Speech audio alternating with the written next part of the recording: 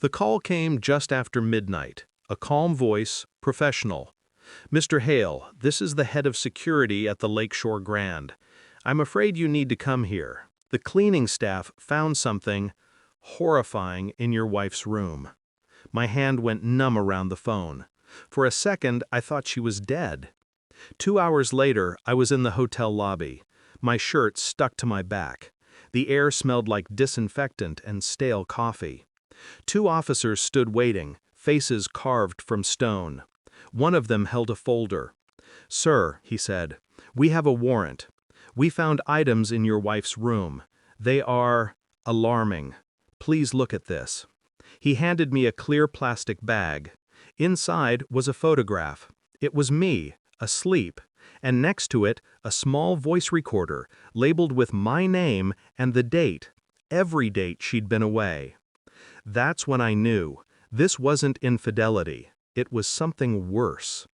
I met Claire 8 years ago. She was the kind of woman who filled a room without speaking, the kind who laughed with her whole face, but her eyes stayed calculating. I mistook that calculation for depth. She said she loved my steadiness, my predictability, my calm center. What she meant was, I was easy to map, easy to use. For a while, we were perfect. Dinners that tasted like peace, mornings that smelled like coffee and safety. I thought we were building something, a life. But love, I've learned, is just a negotiation of illusions, and she was better at illusions than I was. The changes were small at first. A new phone she kept face down, trips that stretched a day longer than scheduled, passwords she forgot to share.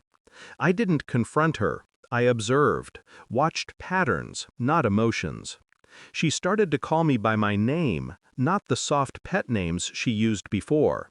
Her touch turned into habit. Her laughter, rehearsed. Then one morning I saw a message flash across her screen. Just 2 words. "He knows." She didn't notice I'd seen it. But that's when I started recording everything. By the time the hotel called, I already had months of data.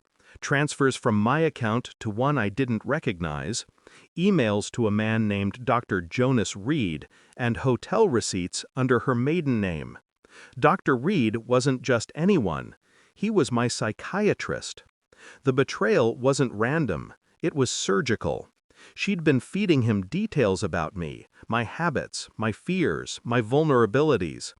Together, they were building a narrative, an unstable husband, prone to paranoia, a man they could discredit, empty, and leave behind. The goal was simple: my money, my reputation, my mind. But they underestimated what quiet men can do when cornered. I didn't confront. I adapted.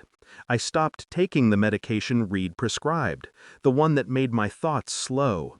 I swapped the pills with sugar tablets and kept the originals. I hired a friend, a digital forensics expert, to retrieve deleted messages from her phone backups. And I waited. When she left for that conference, I already knew which hotel, which room, which devices she'd take. I checked in the night before, 2 floors down, installed a camera in the vent above her bed. That's how I got the footage. Her, with him, whispering about how the narrative was almost ready. Her, planting evidence, voice notes she'd edited to make me sound violent. Her, rehearsing tears for the day she'd call the police. The irony? She was setting the stage for my destruction.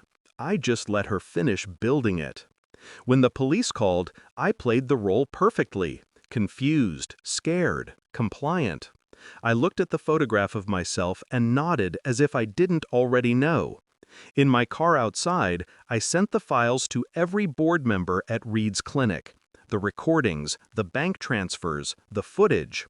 Then I forwarded everything to the police's anonymous tip line, with timestamps and hotel security logs attached. By dawn, the media had it. Psychiatrist and married woman caught in elaborate manipulation scheme against husband. Their names, their faces, everywhere. Claire was arrested first. Reed tried to run. He didn't get far. Fraud, blackmail, conspiracy. The words sounded clinical, almost dull, compared to the precision of their betrayal. A week later, I went back to the hotel, room 714. The cleaning staff had already stripped it bare. Still, the air felt heavy. I stood there, looking at the dent in the carpet where her suitcase had been. That's where it ended, where her story unraveled and mine began again. I thought I'd feel rage, triumph, something. But mostly, I felt quiet. People mistake calm for weakness. They think silence means surrender. But silence is where plans are born. Claire taught me that. And I made sure she learned it too, the hard way. When they asked me later if I forgave her, I told the truth. I don't hold grudges, I said. I paused, just long enough for the officer to look up from his notes. I hold evidence.